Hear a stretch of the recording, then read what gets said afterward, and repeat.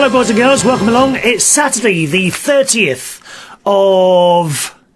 I thought it was April then. It's March, isn't it? Saturday, the 30th of March, 2013. A warm welcome along to this morning's, or today's, United Kingdom Talk. And there might be one or two people watching this live today, because we record the show usually on the Friday before, or sometimes either Thursday or Friday. We're recording Saturday's show today on a Friday morning, and it's just gone 11 o'clock in the morning. So there might be one or two people watching this morning record live. How exciting is that? And a further leap forward in technology, I feel.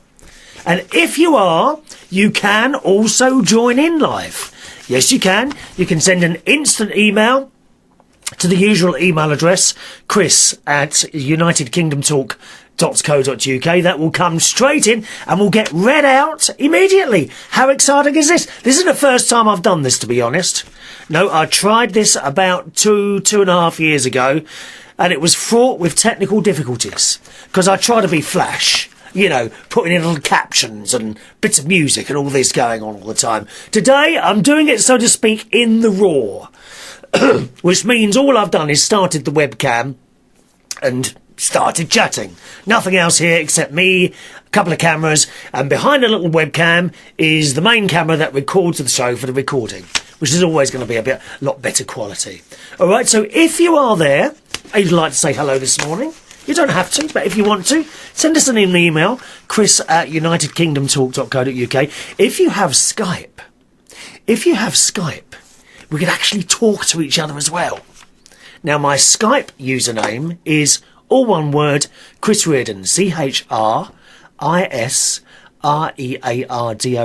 Okay, Chris Reardon is my Skype name. If you have Skype, you could hit the button and ring, and we could have a little chat.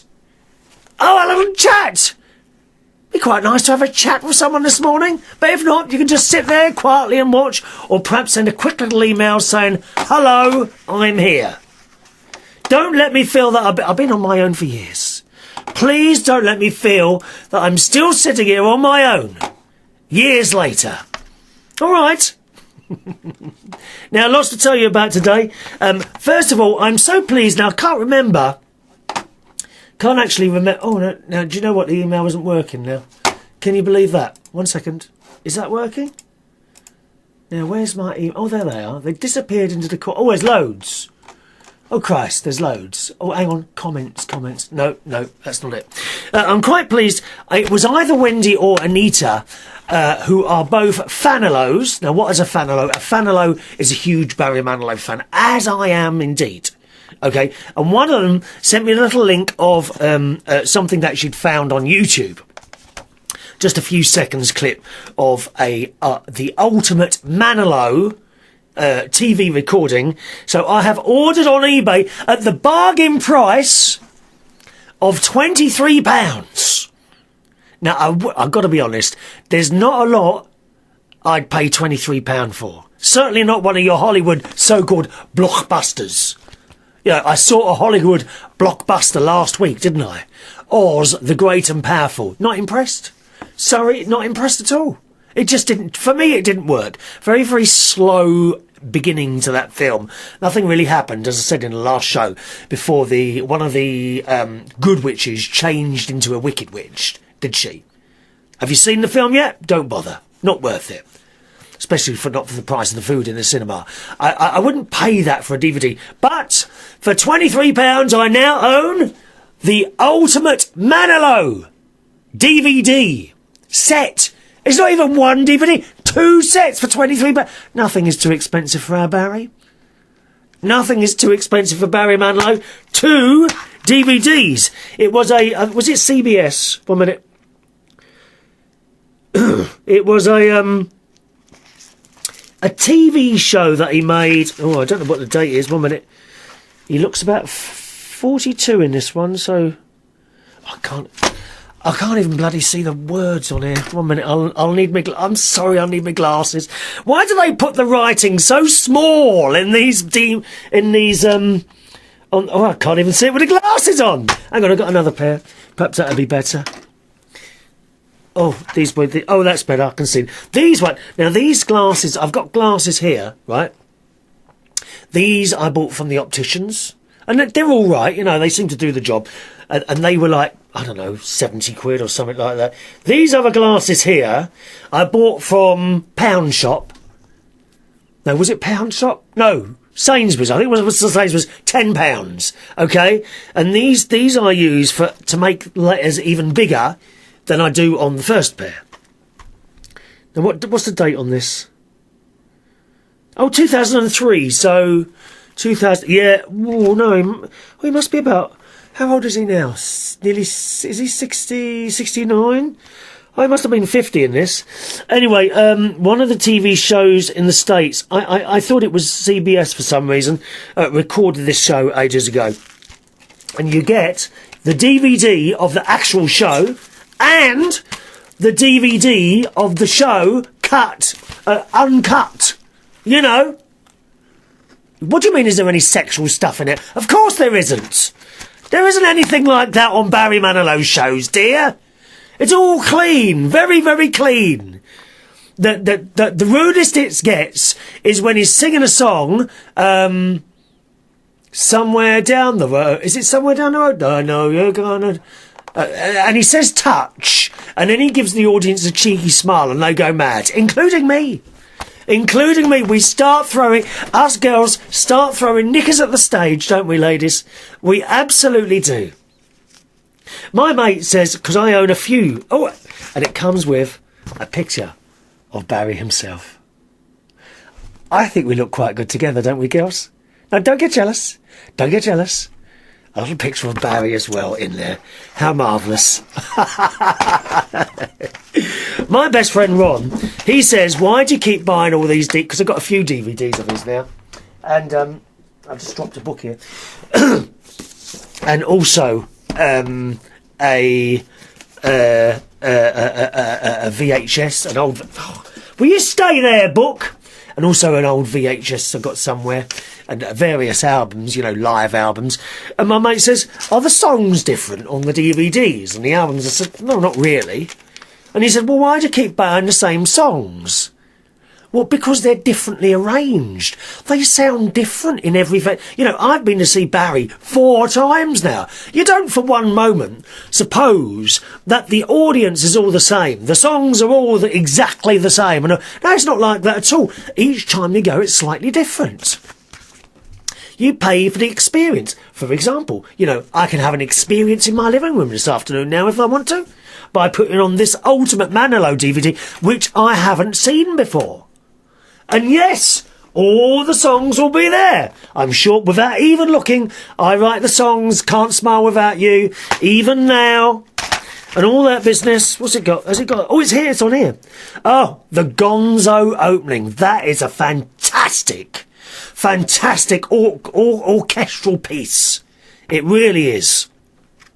A fantastic orchestral. You've got to look that up somewhere. I think that might be available on YouTube as well. Have a look for that. Barry Manilow, not while I'm doing this show. Barry Manilow Gonzo opening. It sounds like a condom, doesn't it? There's one that's named that. I think some word beginning with G. Anyway, the Gonzo opening from Barry Manilow.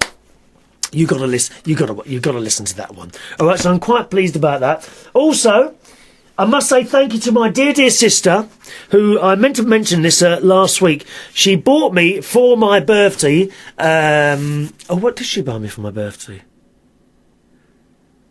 Do you know, I can't remember now. Oh, she'll kill me for that one. Must have been a jumper. I'm sure she bought... I'm trying to think.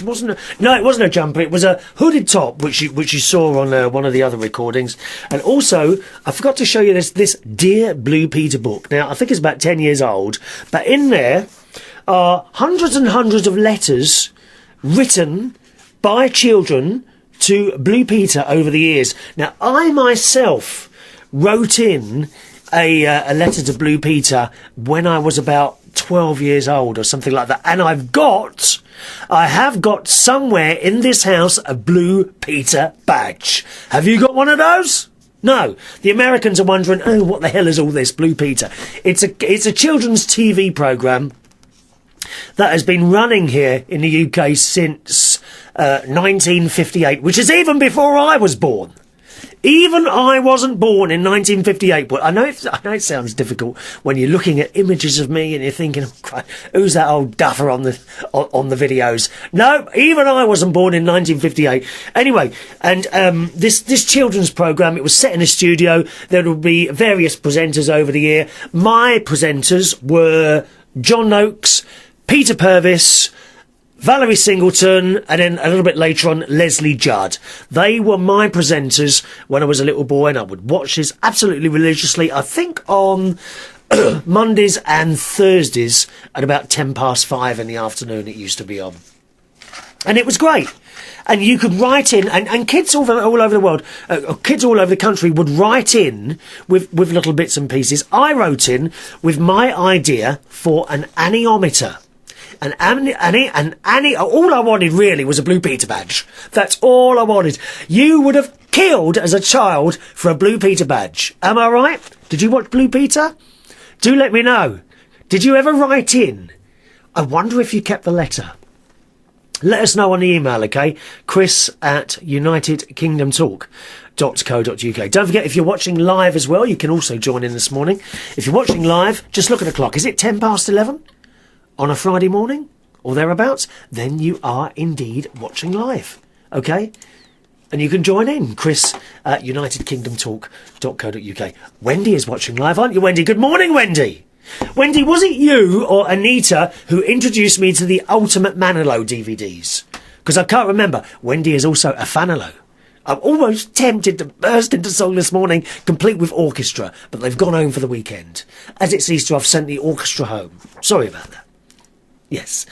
And I sent in my idea for an aneometer. Now, this is like a weather device thing which measures the wind speed. And basically, it was a stick going up like that, 4 sticks going across, half a ping-pong ball on the end of each stick. And as the wind caught it, it would blow the thing round. Not very technical, really. It kind of works a bit, but it didn't matter because it got me a Blue Peter badge, boys and girls. A Blue Peter badge. And some wonderful letters in here from children. Some long ones and bits and pieces like that.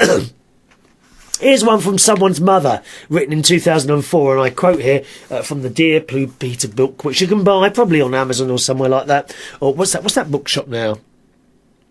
Isn't it funny sometimes? I can't remember what things are sometimes. Oh gosh, what's the bookshop? Can someone email me in and tell me the famous bookshop in all over the country? Not Foyles, no. Anyway, you can buy this from various bookshops. Here's a lot of email. It's a great book, full of all these letters from children and parents. Here's one from a parent. Dear Blue Peter, and this was sent by someone in 2004. I regularly watch your show and my young daughter, Elise, and we enjoy it very much. However, we are most concerned that Liz seems to be spending so much time with cats at the moment, as cats carry germs that can harm unborn babies. Now, Liz, I don't know who Liz is. She must have been one of the presenters who was perhaps about to have a baby or pregnant at the time. I don't know. She says, we are worried that this might be dangerous to Liz, and we are worried that seeing Liz playing with cats might stop others from listening to their doctors. You actually became really involved with these people on Blue Peter. You really did. And they absolutely always replied. I got a reply to my little email that I sent in. The studio would always reply to a child's email. How fantastic is that? Especially, when you see stuff like this, and you've heard about all this business going on with the certain television people and all that, and it was rather unpleasant. It's nice to come across something like this, something good.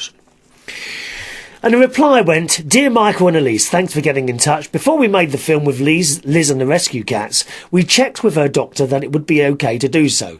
As he pointed out, pregnant women need to stay clear of cat dirt, but that otherwise, contact is fine. As Liz has 2 cats of her own as well, we thought it was okay to go ahead. I do hope this puts your fears at rest and that you continue to watch and enjoy the programme." And that's from the editor. And this book is full of little bits and pieces like that. And let me see. Oh, there's my presenters. There's a picture of my presenters there. We've got Valerie Singleton, Peter Purvis, who's still on television, Peter Purvis, and John Noakes on the end there. A little picture of that there, which is just fantastic. Just fantastic. I mean, it really is. You know, if you've got dirty cats, I suppose you can't put them through the washing machine or anything like that, could you? You know, or the dishwasher. Because I've got one of those small, you know, the small tabletop dishwashers. That's what I've got.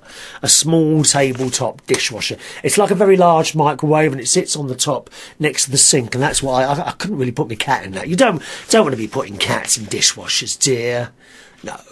Although, of course, it would kill the fleas. You know, maybe is there a way that you can get the cat in the dishwasher, but with her head out so she could breathe, or maybe with a little straw in her mouth, a little cat out of the washing machine, like that, trying to breathe. It's just a thought for you. Just a thought for you. We have got some emails coming in. How wonderful! How wonderful. Thank you very much. Good morning to Craig Adams. Good morning to Craig Adams, who works on Hospital Radio Hinckley, don't you? He's with us this morning. Good morning, Craig. Wendy says it was her. OK, so it was Wendy who actually suggested I purchase the Ultimate Manilow DVD, and I have indeed done it. £23. 23. My mate went, "How much did you pay for that?"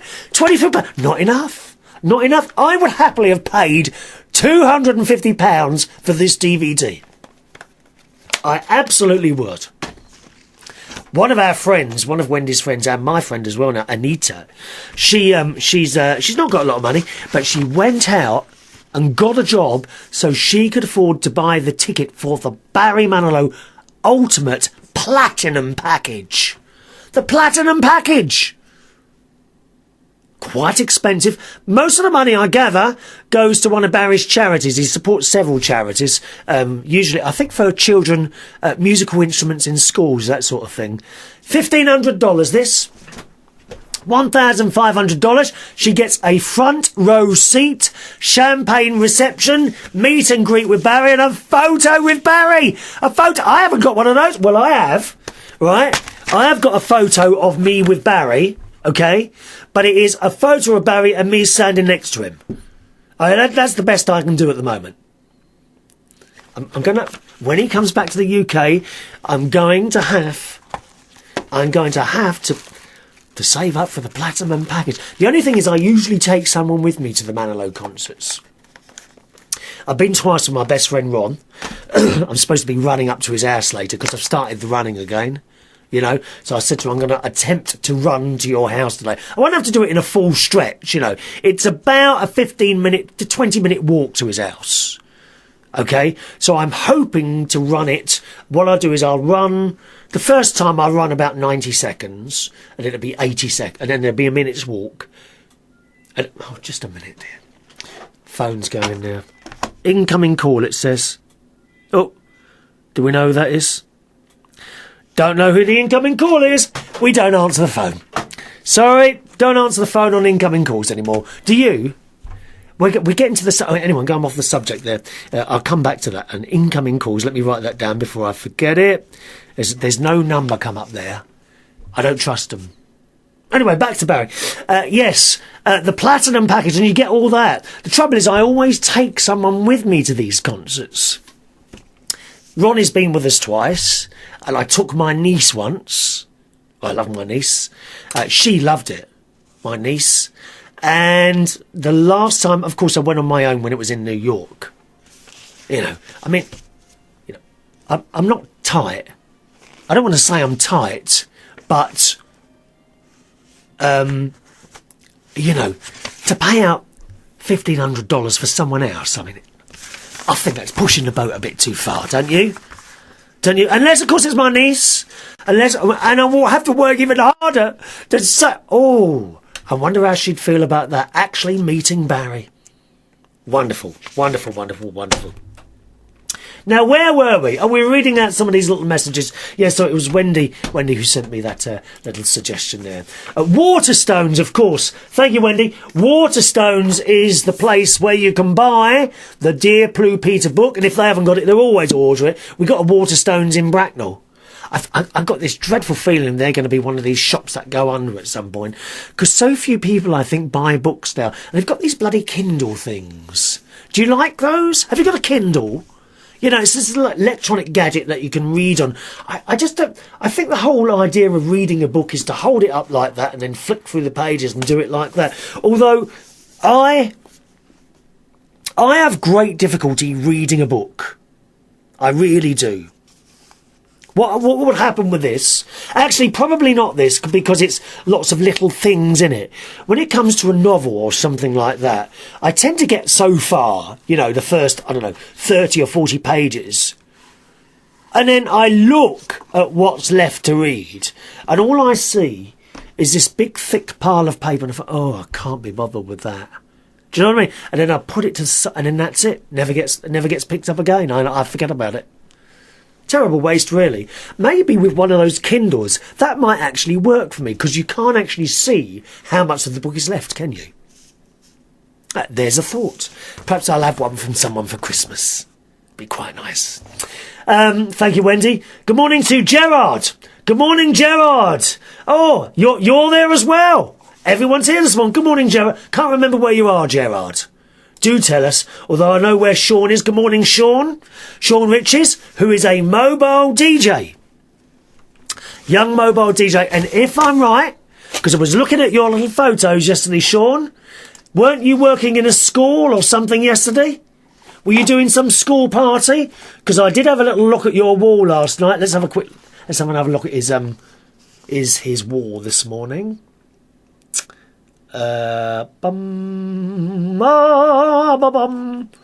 Sean, where are you? There we are. Sean, he's got pictures of his... There is. Mobile disco. Now, where is this? Doesn't say where you were working. I think it was at a school. It looked like it was at a school. Let me see, is it a school? No, it definitely looks like a school classroom. Was it an end-of-term disco you were doing?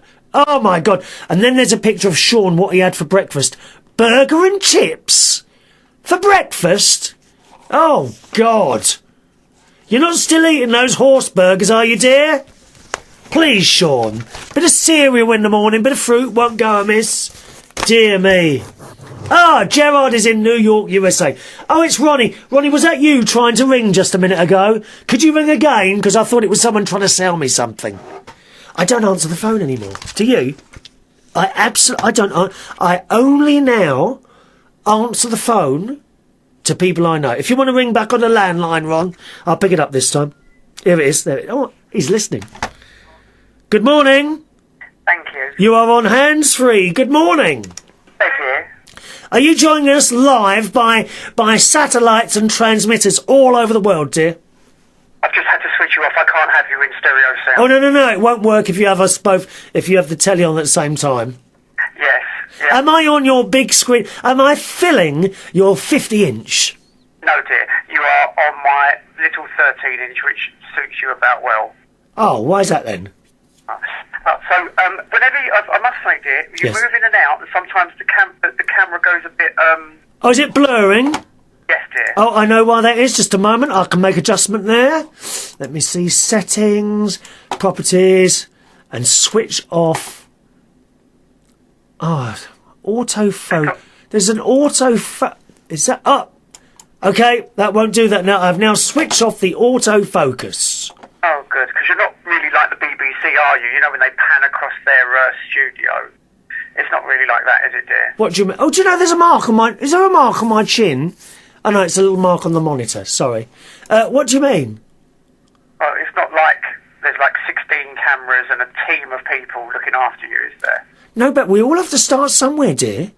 I know. You don't think for one moment when the BBC started they had a huge... Because I know what he's talking about here. If you're outside the UK, you won't know about this, but the BBC News 24, they've moved their news channel to Manchester, right? And they've got this whole new opening sequence, and there's a bit there where just before they have the countdown, doot, doot, and it goes boom, and it goes boom, boom, and then they do the headlines and all that, don't they? And then as the headlines finish, the violins come in, and the camera pans across this massive, it is massive, isn't it, Ron? This massive newsroom with desks set out. Are they set out in a cross? I think they are, aren't they, for some reason? They're set out in like a half moon around the set. Yes. Around the back. The funny thing is, Chris, you know why they moved it to Manchester? Because they can employ more people up there because they're cheap labour. Is it cheap labour in Manchester? It is cheap labour in Manchester. Is that why they've moved up there? Are you sure? Absolutely. But anyway, so this camera pans across this newsroom and then fades to the presenter. And I want one of those newsrooms, dear. I want to be sitting there in front of all these people, typing away on their desks, looking for the latest stories, and for me to read them to you. I think I'd be good at it, Ron, I really do. They don't actually, them computers they have in front of them are plastic ones. They don't use those, really. They're not real. Oh, they are real. Of course they're not. They are real. My friend James, he says, you know those desks, they're all glass, and underneath the desk is the computer screen, and he once suggested that I got a glass desk so I could do the same, and I said, don't be silly, dear. You know what I mean? If you can't do it the whole hog, I need one of those newsrooms, though, I really do. We could turn one of your spare rooms into a little studio, couldn't we? I don't think so. No, I could go, and then we're going live to my best friend Ron, and push a button, and you would appear there in a puff of smoke. Yes. Oh, look, here comes Ralph the cat. What's he doing? He's just come through the cat flap. Oh, bless his heart. Oh, he looks very cold. Well, I'm going to be running up to you later, hopefully. What sort of time would that be? I think about 12:30, because it's church day today, Good Friday, dear. Okay, there's 12:30. If you're running, I'll see you about 1 o'clock then. 1:30. I think it'd probably be something like that, yeah. I'll let you know what I'm going to do. Thank you. I'll have a run or walk up. I've been watching you on computer. Can you bring me home, though? Because I don't think I'm going to be able to run there and back. Of course I will, dear. Will you want me to have a shower when I get to yours? Because I will smell after running for about 12 minutes. No, it's fine, dear. Oh, thank you very much. Can I not use your shower anyway, so I don't have to use my water? Guess who came to the door today to be fed? Kizzy, I saw the video. Kizzy the cat. Oh, she's looking very thin, dear. I know, and she's all knotted underneath. I think she needs a new home. She's not being looked after, that cat. I have to tell you, there's a cat. You don't know exactly where I am, so I can tell you this. There's this cat, and I kind of sort of adopted it around about August last year. And of course, once you put food down for a cat, they keep coming back. You've got that black and white cat keeps coming to see you, haven't you? Yeah, but it's not because I put food down, it's because she wants to move in. She just likes me. This cat, he just walks in the door. One of the cats sits there, growls, doesn't take a blind bit of notice of it, just walks past and helps itself to some food. Right, Kizzy cat is exactly like that. She's the most beautiful cat. She's quite old. She's about 17, 18. Yeah, something like that. But you wouldn't think it. She seems very agile for her age. Anyway, so when she started coming sort of for something to eat, you put the food down and then she kept coming back. And eventually she started coming into the house and I didn't mind. And then one day I came back from work and she was in the kitchen asleep. So she's obviously come in the cat flap. Now, this to me wasn't a problem.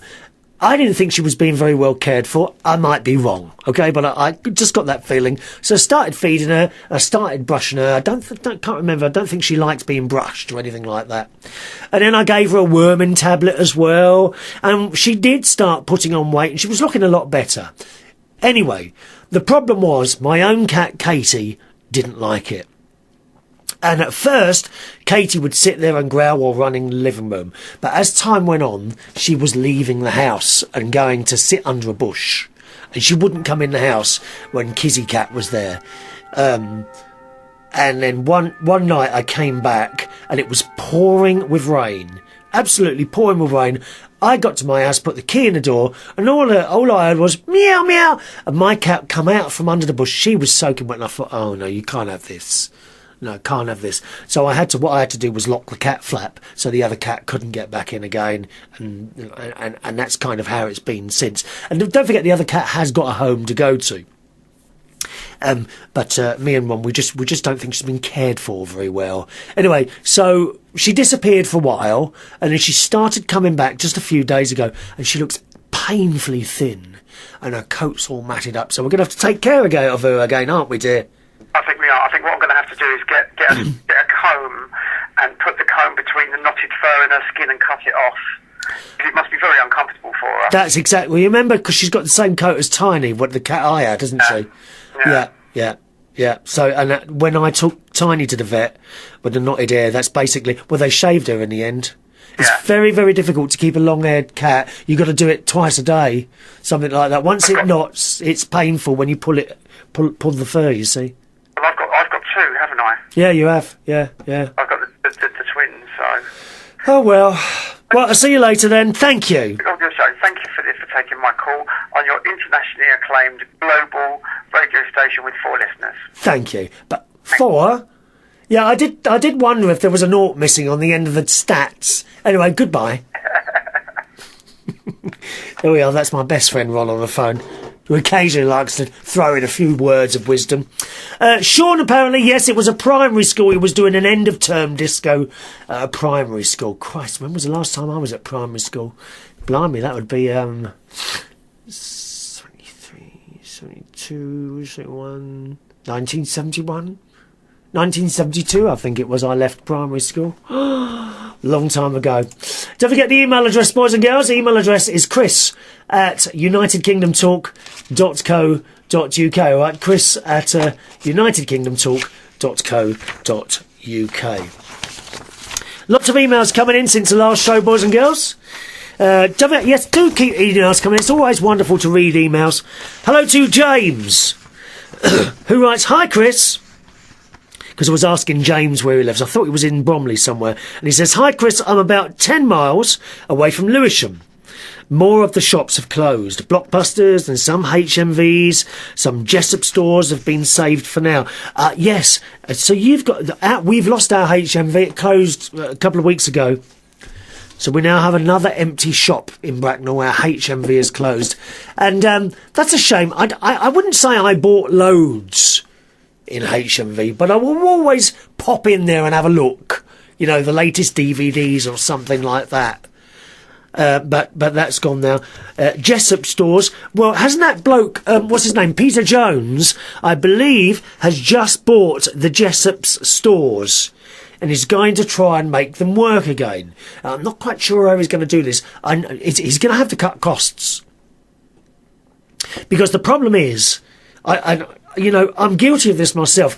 People are going into places like Jessops, Curry's, Comet's gone there as well, and they look at the item, whether it be a camera or something like that, they see this camera for £500, right? And they look at it, yeah, that's the one I'll have. And then they write down the make and model number, come home and look on the internet, Amazon or something like that, and buy it for 150 quid cheaper. These shops, if they want to compete, they're going to have to do something with their prices. You know, I'm afraid it's going to be have to cut less profits. And then you might survive. But the last thing I think any of us would want to see would be high street stores closing completely, only leaving you with the internet ones, because then the internet stores will have a monopoly. And you know what happens then, don't you? Prices go up. You know, so I think there's certainly... I quite like the ease of the whole internet thing. Go on Amazon. Oh, yeah, I like that. Click! 2 days later it comes in the post. It's fantastic. I love it. Love it.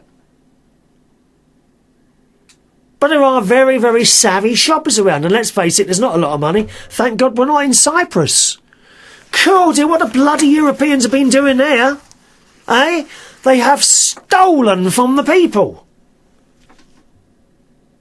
Haven't they? Those with so much savings, I think, was it 100,000 euros. I'm not quite sure how much that money is. That is in English money. Anyone with more than 100,000 euros in the bank, thank you very much. We're going to tax, or we're going to take off, is it 30 or 40% of that? So for every £100 you've got in there, they would take 40. So either 30 or 40, I can't remember the exact percentage, because Cyprus owes so much money. So they simply taking the money from people's accounts. Shocking. You know what I think about this whole subject of the whole Cyprus thing, and you can look at it on the internet or something like that if you want to. You'll find out all about it. I find this frightening because I think that the idiots who run the whole European money thing, you know, the euro, I think they've chosen Cyprus to run a little experiment. Let's see what happens if we take some of their money. Let's see if they riot. And if they don't, let's roll this out across the rest of Europe. I really believe that.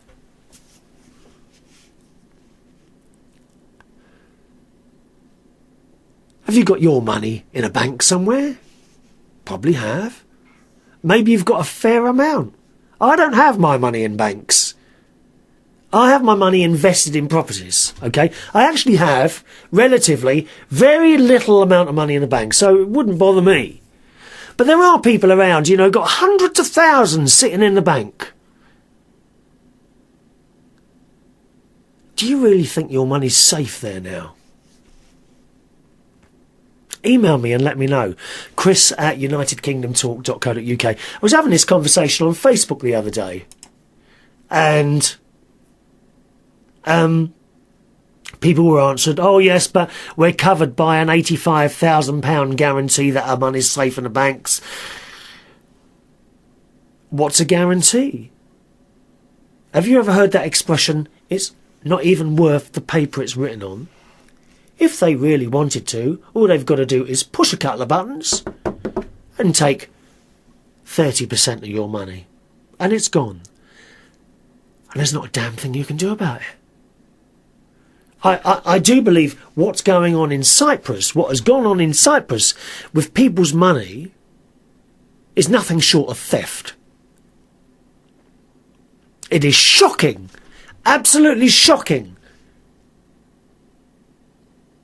How their government, bowing to the pressures of this European bailout crap, bowing to those pressures to get the money in, have simply taken people's money out of their accounts. And, of course, there are other investors in Cypriot banks. There are British investors. I'm sure there are American investors. I know there's a lot of Russian investors. And they're in the same boat. They've had some of their money simply taken. And it's absolutely criminal. It's criminal what's gone on in Cyprus. It really is. And I ask you again, do you actually trust your bank anymore? Do let us know on the email. We'll include that in the next show, okay? chris@unitedkingdomtalk.co.uk. James goes on to say, he's talking about HMV, Jessops stores, although the ones where he lives have been saved by now. Yeah, Jessops, as I say, has been bought by Peter Jones, who's on Dragons, and he's going to try and sort that out, so good luck to him. James says, but it makes me wonder if there are going to be any changes in their business model, as I think it was the root cause of them getting into trouble in the first place. And I wish them well, whatever happens in the future, as there has been job losses already, which is sad to see. And that's from James.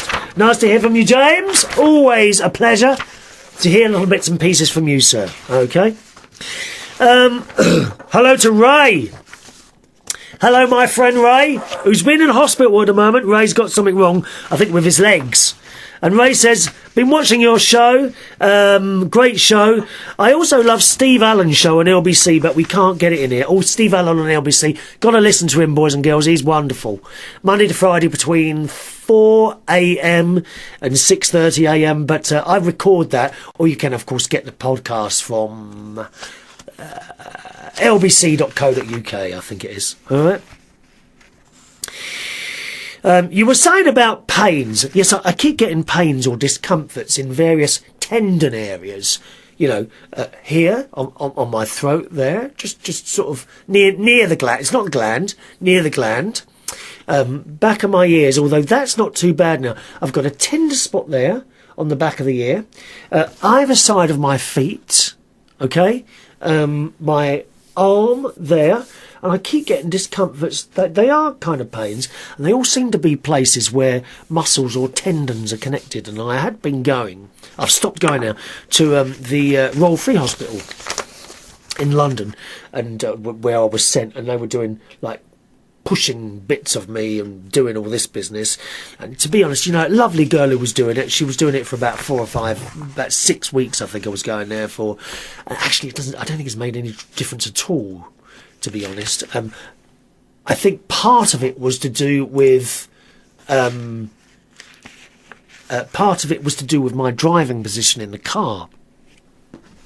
Because I got a new car. It was back in May, although these problems only came on beginning of January.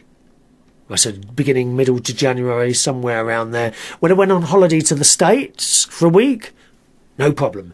So I have a feeling it's the new car. I know I got the new car back in May. Was it say March? Back in May last year.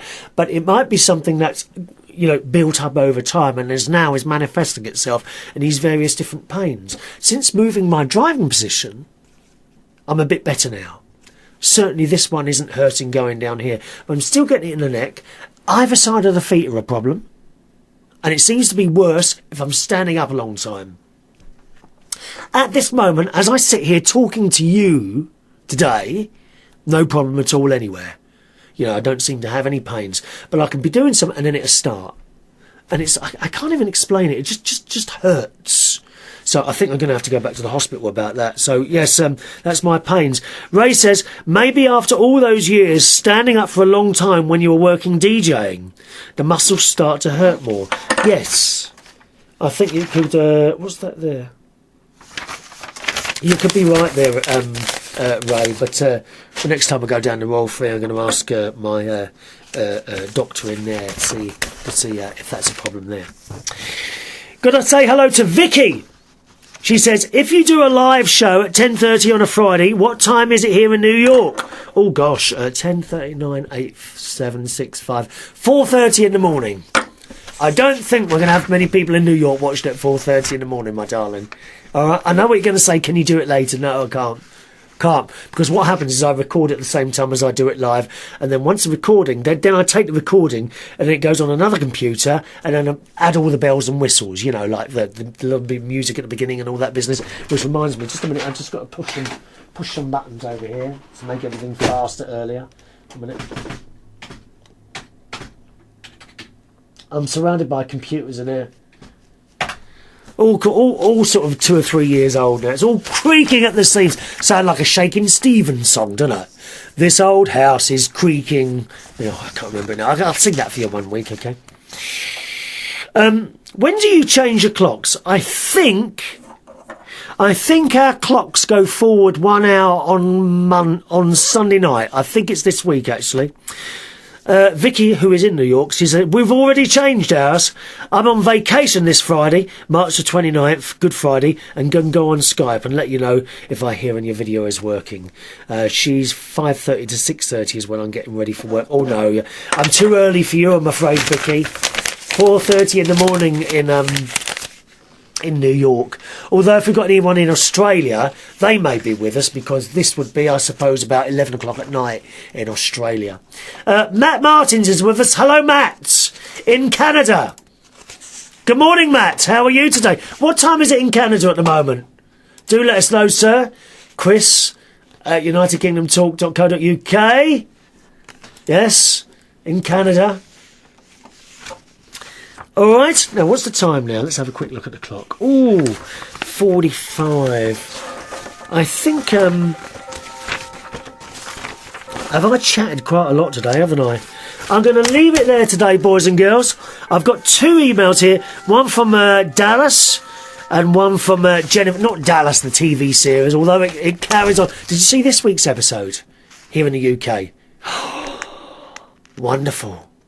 It just gets better and better, doesn't it? Eh? It just gets better and better. Who shot JR? Did he shoot himself? Don't know.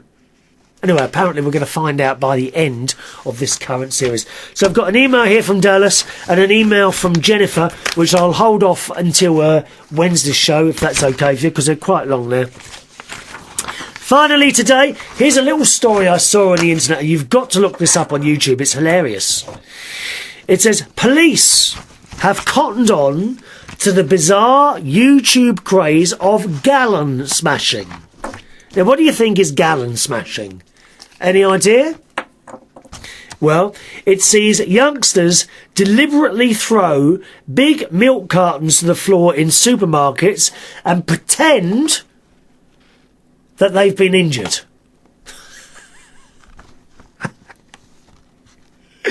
I've watched this it's hilarious. It's absolutely, it's the same bloke all the time. Although there's probably more YouTube things on there now as well. And they get these two great big, they walk into supermarkets, I don't know, Asda, Sainsbury's, whatever. I hope not in Waitrose, dear. Because I am a Waitrose shopper. Have I told you this?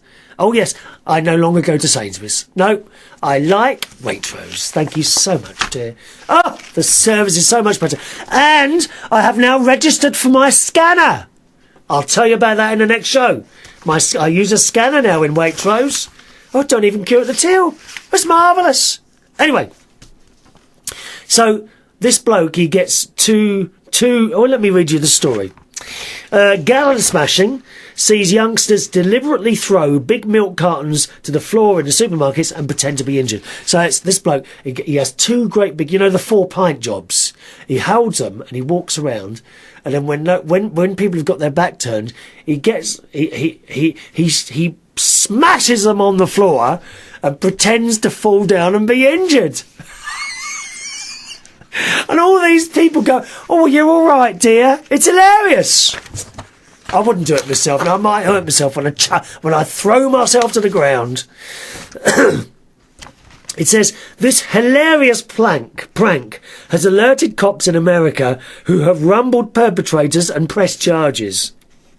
2 brothers and their cousin in Virginia are to be charged with disorderly behaviour and destruction of property, reports the Metro in the UK. What's wrong? Some of these policemen, they have no fun at all, do they? They just have no sense of humour. No craze has spread to the UK, although no action has been taken here, with videos depicting a host of copycat bottle-smashing, injure-faking antics on these shores. It may not be long before there's some crying over spilt milk. Yes, it has happened in the UK, because I've seen, the videos I've seen are from the UK there. Sainsbury's and Asda, I saw this happening. I think it's hilarious. Hilarious. I just don't understand what's wrong with the supermarkets. You have no sense of humour at all, dear. It's only a couple of pints of milk, for Christ's sake. I'm sure you can swallow a couple of pints of milk just for a few minutes' entertainment for your customers. Eh? Martin says it's 6:45 a.m. here in Winnipeg, Canada. So quite early there. All right, boys and girls. Right, I'm going to leave it there then. Let's see. Anything else come in there? Last minute? No.